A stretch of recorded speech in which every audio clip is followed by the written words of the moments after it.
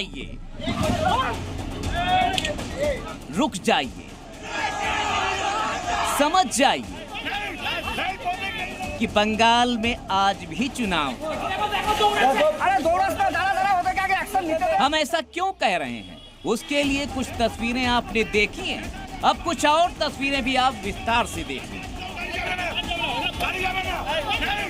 Shrirampur Lok Sabha seat से BJP उम्मीदवार कबीर शंकर बोस खड़े थे और उन्हीं के सामने उनके समर्थक को पीट दिया।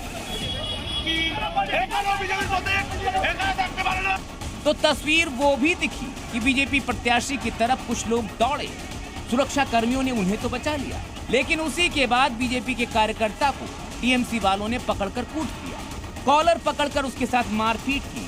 लेकिन हंगामा यही नहीं थमा, बीजेपी प्रत्याशी की गाड़ी तक हंगामा पहुंच गया। वहां से मोदी के पोस्टर बैनर हटवाए गए। आलम ऐसा हुआ कि बीजेपी प्रत्याशी को अपनी गाड़ी वहां से हटानी पड़ी। ये तस्वीर गायेशपुर आनंदपल्ली इलाके की है, जहां बीजेपी के समरपाल को टीएमसी समर्थकों ने भगा दिया। आरोप है कि टीएमसी के लोगों ने उन्हें बूथ के अंदर नहीं जाने दिया और लाठी डंडे लेकर दौड़ा दिया।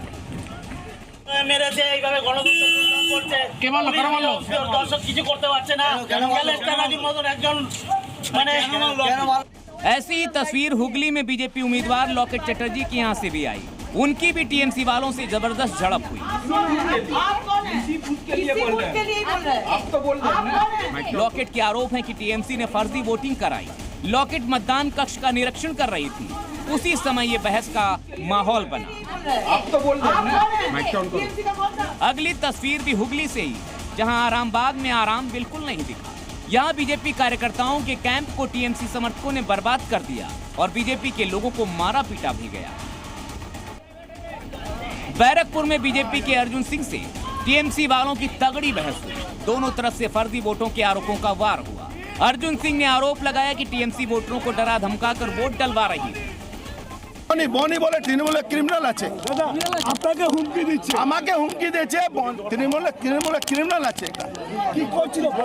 একটা মহিলাকে মেরে মাথা ফাটিয়ে দিয়ে হসপিটালে পাঠিয়ে দিয়েছে। आरामबाग में एक जगह बम भी मिला। कुल मिलाकर 5वें चरण में बंगाल की 7 सीटों पर चुनाव में तनाव बम रहा।